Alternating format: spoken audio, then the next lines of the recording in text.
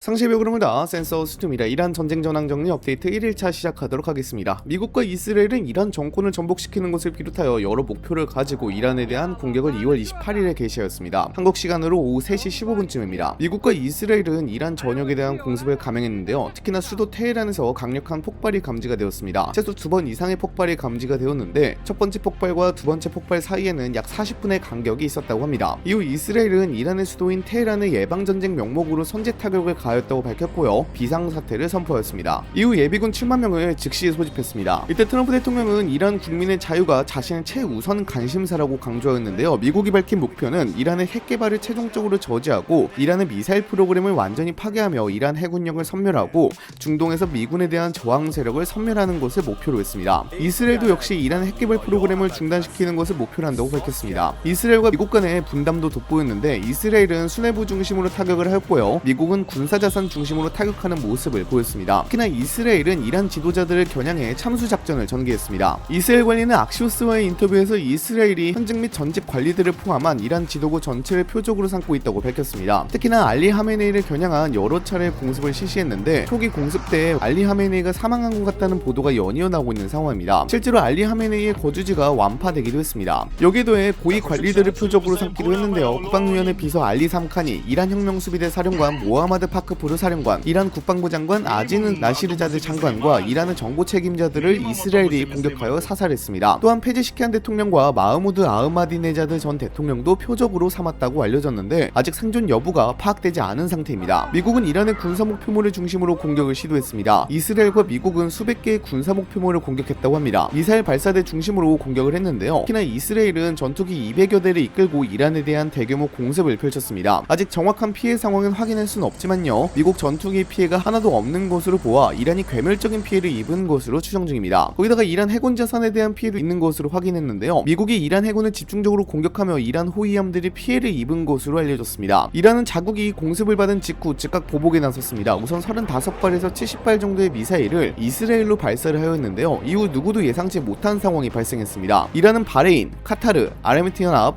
쿠웨이트, 요르단, 사우디아라비아에 있는 미군 기지를 공격하고 이라크에 있는 미국 영사관을 공격하기 시작한 겁니다. 사실상 중동에 있는 대부분의 국가들을 공격한 것이었고요. 거의 대부분의 나라가 이 전쟁에 휘말리게 되었습니다. 당장 미국도 이란의 이러한 공격에 당황을 하였는지 언론 매체와의 인터뷰에서 이렇게 광범위하게 미군 시설을 공격한 것은 처음이다라고 밝히기도 했습니다. 이란은 미국과 이스라엘이 완전히 패배할 때까지 보복을 계속할 것이라고 밝히기도 했습니다. 특히나 미 오함대가 주둔 중인 바레인에 집중적인 공격이 있었는데 고가의 레이더가 파괴되기도 했습니다. 또한 아랍에미리트 연합과 바레인, 카타르에도 공격이 집중되었는데 민간 시설에 대한 공격도 이어지다 보니까요. 민간인 피해도 상당수 발생하게 되었습니다. 공격을 당한 걸프 국가들은 자위권 차원에서 대응을 시사했지만 아직 눈에 띄는 움직임은 나타나지 않고 있는 상황입니다. 이란 전쟁 전황 정리 업데이트 마치도록 하겠습니다. 추후 소식이 더 전달되면 영상 제작해서 업로드하도록 하겠습니다. 영상 마치겠습니다. 감사합니다.